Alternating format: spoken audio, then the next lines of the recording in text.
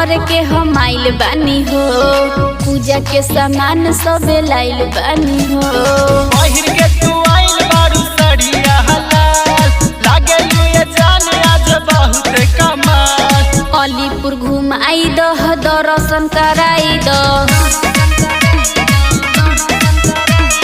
गोंडा बलरामपुर से चुनरी ले आई दो।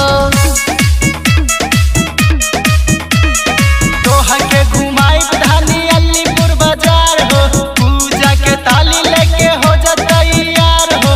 तोहरा से कहतार तोहर सूझ दियार हो, चुनरी चढ़ावे जाला माई के दुआर हो। अलीपुर घुमाई दह, दर्शन कराई दह,